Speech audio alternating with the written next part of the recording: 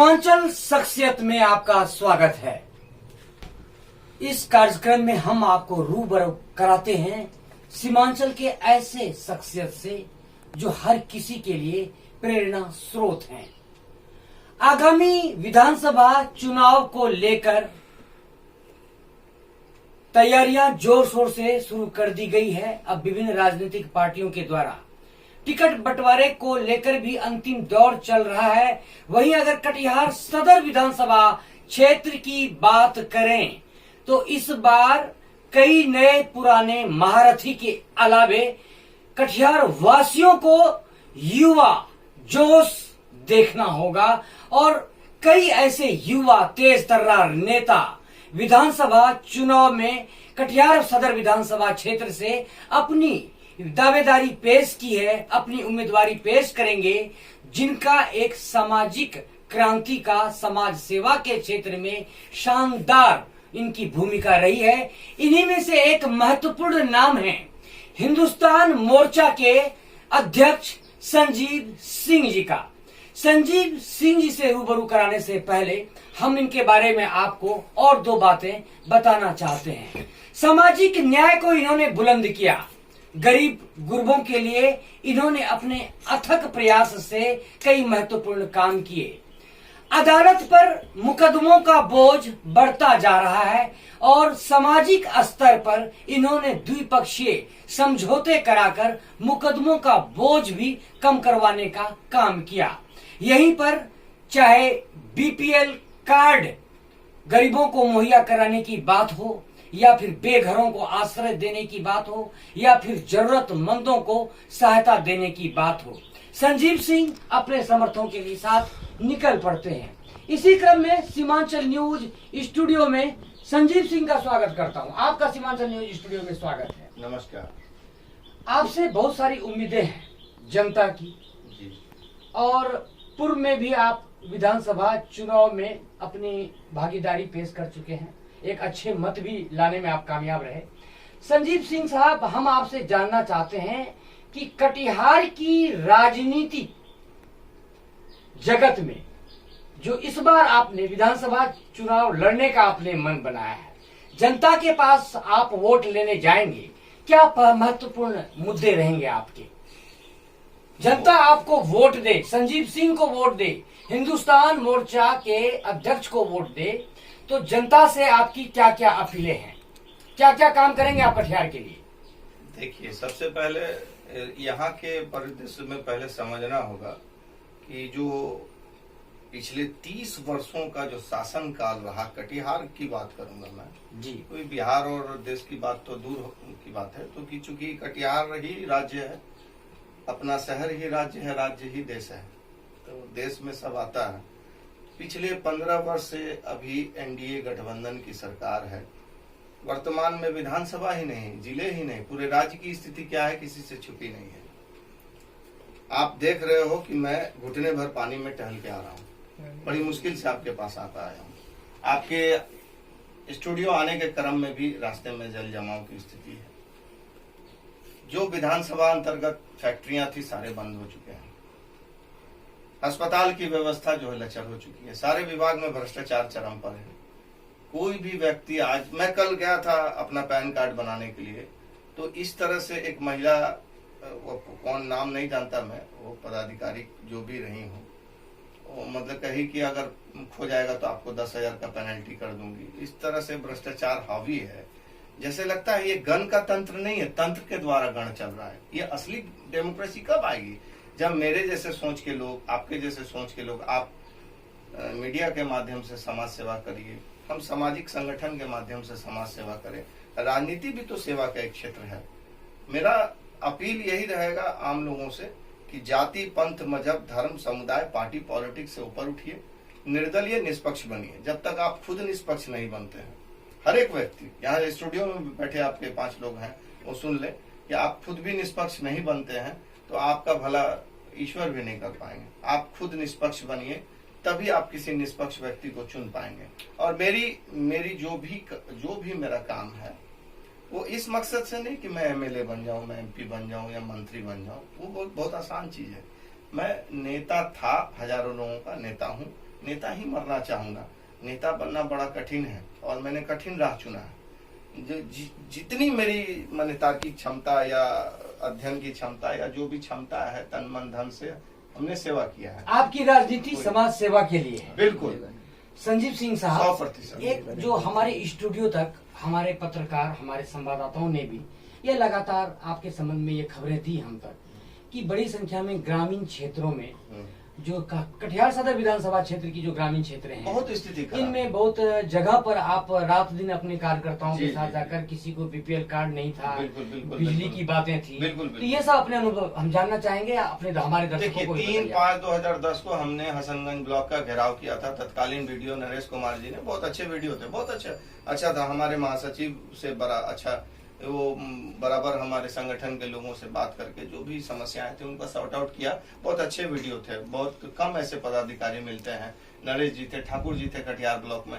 उस समय जो हमने जो भी आंदोलन किया अपने पैसे से, अपने पॉकेट से, एक आंदोलन में आप सभी मित्र जानते होंगे जो आपके दर्शक हैं कि एक आंदोलन करने में कितने पैसे लगते हैं। मैंने कभी किसी से कोई पैसा नहीं लिया, कभी कोई चंदा। लेकिन अब जरूरत है, अगर लोगों को अच्छा निष्पक्ष विकल्प चाहिए तो 1 रुपया 1 वोट के लिए मैं जाऊंगा दरवाजे पर। नॉमिनेशन का समय आएगा, मैं लोगों से अपील करूंगा और लोग आ भी रहे हैं। ऐसे मित्र हैं जो आज ही हमको 5,000 रुपया का मदद किए हैं, जो उन्होंने कहा कि हमारा नाम मत छापिएगा लेकिन हम कहें कि नहीं, ऐसा नहीं होता, रजिस्टर में नाम दर्ज होगा।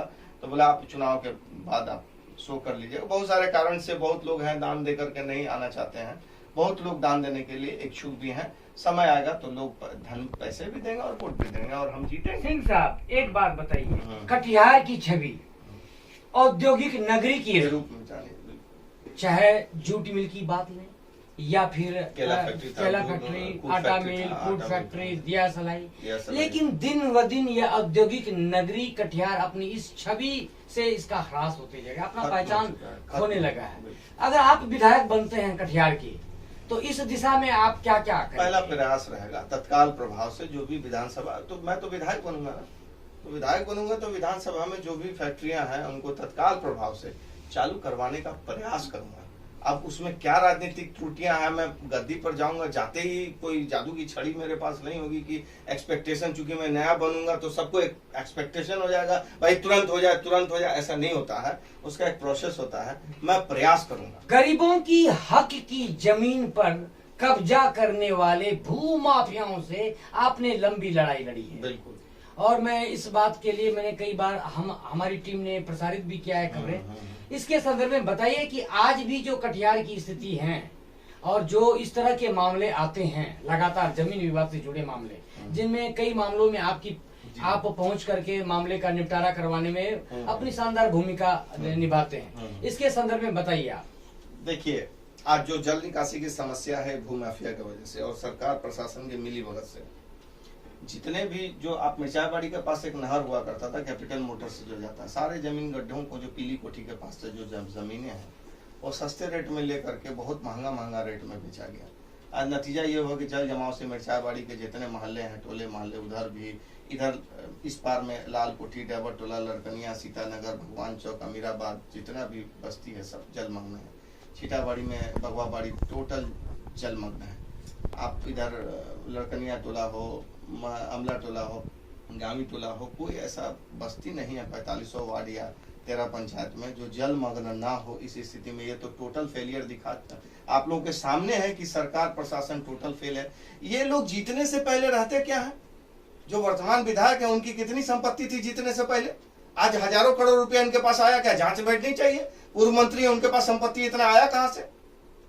ये सब तो जांच का विषय है। जीतने से पहले आप क्या रहते हो, जीतने के बाद अचानक से इतनी संपत्ति में वृद्धि हो जाती है। मैं उन तमाम राजनेताओं को आज स्पष्ट कह देना चाहता हूं, मैं जीतूं या हारूं, जिस दिन भी मैं गद्दी पर आऊंगा आपकी जांच जरूर करूंगा। मैं सारी संपत्ति में जो जनता का संपत्ति है, जनता को वापस दिलाऊंगा। इशारा भूमाफियाओं की तरफ है। बिल्कुल। जो जिन लोगों ने भ्रष्टाचार से अवैध तरीके से धन कमाया है, मैं विधायक बनने के बाद, देखिए, जब एक ईमानदार मजबूत इच्छा शक्ति का व्यक्ति जब गद्दी पर बैठता है, मेरी बात सुन लीजिए, मेरी बात खत्म नहीं हुई है जी। जब मजबूत इच्छा शक्ति के लोग, मजबूत इरादा वाले लोग, ईमानदार और स्वच्छ निष्पक्ष छवि के लोग जब गद्दी पर बैठते हैं तो भ्रष्टाचारियों का पसीना छूटने लगता है।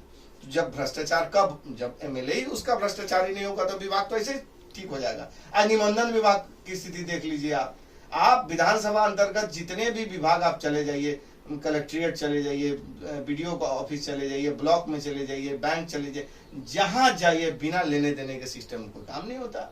अरे क्यों भाई, देश को मजबूत बनाना है तो इन सब लेने देने के चक्कर से ऊपर उठिए, मजबूत बनाइए। देश रहेगा, समाज बचेगा। नहीं बचेगा समाज जब आप लेने देने की सिस्टम में जाइए। जल जमाव, बाढ़, कटाव, यह कटिहार की सबसे गंभीर समस्या है। बिल्कुल, बिल्कुल। खास करके बारिश में लोगों का जीना शहरी एवं ग्रामीण क्षेत्र बारिश का हम लोग बाढ़ ग्रस्त एरिया में पड़ते हैं। बारिश तो इस दिशा में क्या कोई ब्लूप्रिंट, कोई इंफ्रास्ट्रक्चर, कोई किसी प्रकार की योजना तैयार की है? बिल्कुल है जी, क्या करेंगे मनुष्य के इतना मतलब हम लोगों के दिमाग में ईश्वर ने इतने अच्छी शक्ति हम लोगों को दी कि हर समस्या का समाधान हमारे पास है। जितने भी डैम हैं, ये तो मानव प्रायोजित बाढ़ है। ये बाढ़ है का, ये तो मानव प्रायोजित बाढ़ है, सरकार प्रायोजित बाढ़ है। सारे सरकार लूट भ्रष्टाचार के भेंट चढ़ता है। हर वर्ष बाढ़ के नाम पर केंद्र से पैसा लाना, लूटना है, तो लूट तंत्र है। आप जान ले रहे हैं कि महानंदा डैम बन जाने से कितने लोगों को बचेगा, बाढ़ से बचेगा। सारे डैम बन जाएंगे तो क्या बाढ़ आएगा? कहां से बाढ़ आ जाएगा? वो सारे पानी को हम लोग कृषि के क्षेत्र में इस्तेमाल कर सकते हैं।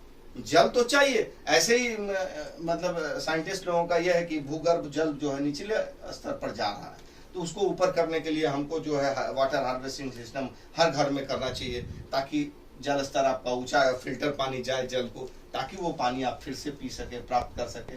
वाटर हार्वेस्टिंग सिस्टम के तहत हर घर में ये सब लगना चाहिए। ये सारी चीजें हैं। हिंदी को राष्ट्रभाषा का दर्जा दिलाने के लिए आपने सर्वोदय समाज को भरपूर मदद किया। बिल्कुल, उनके संघर्ष को आपने साथ दिया, सलाम किया। बड़े भाई, तो जानना चाहेंगे उनके द्वारा संगठन हमारा गठित हुआ। उनके कहने पर बड़े भाई हैं हमारे अशोक भैया, हम लोगों का मिली जुली। जब मैं शुरू में जब वो मेरे पास आए थे 2004-5 की बात है, तो मैं नहीं समझ, चूंकि हम लोग जो मैट्रिक में RBH लिखते थे तो हम लोग को समझ में आता था कि राष्ट्रभाषा है, तो हम लोग समझते थे। मैं लड़ गया भैया से, बोला नहीं संजीव जी, देखिए संविधान के अनुच्छेद 25(a) में दिया हुआ है कि ये राज्य भाषा है। मेरा माने दिमाग खनका। वहीं से हम लोगों ने, जब मुझे लगा कि ये इतनी बड़ी माने भूभाग में बोले जाने वाली भाषा आज हाशिए पर है, जिसका परिणाम ये है कि आज पूरी दुनिया के पास अपना अपना भाषा है। वो लोग अपने लैंग्वेज में विकास कर रहे हैं, और हमारी भाषा हिंदी जो बॉलीवुड चल रही है हिंदी के बल पर, इतना बड़ा मैंने व्यापार हिंदी का है, इतना बड़ा क्षेत्र हिंदी का है, उसको राष्ट्रभाषा का दर्जा नहीं। ये कौन से देश में हम लोग जी रहे हैं? ये हो क्या रहा है? तब मैं जाना तो उनके आंदोलन में क्या, फिर बाद में उन्होंने कहा कि नहीं, अब आपके साथ बहुत हजारों लोग जुड़े हुए हैं, आप एक संगठन बनाए, हम लोग मिलजुल कर प्रयास करेंगे। हम तो बूढ़े हो चले हैं, अब तो मेरे बाद आप लोग हैं। तो भैया का भी आशीर्वाद भरपूर प्राप्त है। जो भी काम होता है उनसे पूछ के ही, जो भी आंदोलन हम लोग किए उनसे पूछ के किए थे। क्योंकि हम लोगों को एक साथ जाना था, लेकिन वो दिल्ली चले गए, हम लोग कटिहार में कलेक्ट्रेट में दिए, प्रधानमंत्री राष्ट्रपति, जिसका चिट्ठी भी आया हमारे पास। हाँ, आप अगर चुनाव जीत जाते हैं या विधायक आप बन जाते हैं कटिहार का, सबसे पहला काम क्या करेंगे आप? आपके मन में ऐसी कौन सी बात है कि नहीं, सबसे पहले हमें ये काम करना है? अस्पताल को दुरुस्त करूंगा। सबसे पहले आप अस्पताल, स्वास्थ्य व्यवस्था को पूरा एकदम ब्लूप्रिंट, मेरे पास इतना शानदार ब्लूप्रिंट है जो विधायक के समझ से ऊपर की चीज है। इतना सुंदर ब्लूप्रिंट है, मैं कभी भाषण पढ़ के नहीं देता, और ना कोई तैयारी। जो भी आपके दर्शक सुन रहे हैं, मैं जो मेरे अंदर है वही बोलता हूँ, जो मन में है। इतना सुंदर ब्लूप्रिंट है, मैं आज डिस्क्लोज अभी नहीं करूंगा, जीतने के बाद बताऊंगा। वो मजबूत इच्छा शक्ति से सभी कुछ संभव है। इसी से जुड़ा एक और सवाल, बिल्कुल, जब सरकार की बात होगी, बनाने की बात होगी, तो ये आप निर्दलीय प्रत्याशी के रूप में चुनाव लड़ने जा रहे हैं। बिल्कुल बिल्कुल। तो अगर आप चुनाव जीत जाते हैं तो आप एनडीए में जाएंगे या महागठबंधन? ये तो भविष्य तय करेगा, जहाँ हम फिर जीतने के बाद लोगों के बीच जाएंगे, सर्वे कराएंगे, वह भी फैसला आप जनता पर छोड़ देंगे। वो मेरा कुछ नहीं होगा, जैसा कि मेरा कुछ नहीं होगा। जनता ने कहा कि भाई कांग्रेस के साथ चले जाए तो मैं कांग्रेस के साथ अनौपचारिक बातचीत। अगर जनता कहेगी मैं वोटिंग कराऊंगा, आप लोग सब टीवी चैनल सभी को बुलाऊंगा, जहां जनता कहेगी अधिकतर मत मिलेंगे वहीं चला जाऊंगा। अनौपचारिक बातचीत में आपने मुझसे कहा कि चुनाव मैं नहीं, जनता लड़ेगी, कटिहार की जनता लड़ेगी, खर्च के लिए आपके पास पैसे नहीं है, खर्च भी जनता करेगी। तो इसके लिए फिर किस तरह से आप ये सब इंतजाम कर रहे हैं, ये मुझे बताइए। लोग जनता से क्या मांगे आप? स्वतः वो खुद आके दे रहे हैं और मैं जाऊंगा door to door area wise में जाऊंगा, झोली फैलाऊंगा, मिलेगा पैसा मुझे पता है, मुझे बहुत पैसा मिलेगा, बहुत लोग बहुत पैसा देंगे और चुनाव प्रचंड बहुमत से मैं जीत रहा हूँ। अपने काम पर भरोसा है या कटिहार की जनता पर? अपने काम पर, जनता पर, दोनों पर भरोसा? दोनों पर पूर्ण भरोसा। जनता तो एकदम सिर माथे पे बैठाए हुए, मुझे इतना प्यार, मुझे इस बार जो इतना प्यार मिल रहा है, लोग स्वतः फोन कर रहे हैं, लोग स्वतः आ रहे हैं। चूंकि अभी जल जमाव है, पानी का समय है, लोग आक्रोशित हैं, इतना आक्रोशित हैं कि इसमें एनडीए और महागठबंधन सब ध्वस्त हो जाएगा। सारा मैं रिकॉर्ड बहुमत से जीतने जा रहा हूं कटिहार विधानसभा से। ये पूरे देश में एक मिसाल होगा कि एक सामाजिक कार्यकर्ता प्रचंड बहुमत से जीत करके विधानसभा पहुंचने जा रहा है। कटिहार वासियों और हमारे दर्शकों से कुछ खास अपील करना चाहेंगे आप? बस अपील इतना है कि जात पात धर्म मजहब पार्टी पॉलिटिक्स से ऊपर उठिए, अपने कटिहार के विकास के लिए मेरे साथ आइए। हिंदुस्तान विकास मोर्चा परिवार के साथ आइए। मैं कोई एक व्यक्ति संजीव एक व्यक्ति हो सकता है, संजय सिंह एक व्यक्ति हो सकता है, लेकिन इसकी विचारधारा आम लोगों की विचारधारा। सीमांचल न्यूज स्टूडियो में आने के लिए बहुत बहुत धन्यवाद और आपको आगामी चुनाव के लिए सीमांचल न्यूज महापरिवार की ओर से हार्दिक शुभकामनाएं। बहुत बहुत हमारा जारी रहेगा, मिलते हैं फिर एक ब्रेक के बाद। इस कार्यक्रम के प्रायोजक हैं result factory online competitive coaching.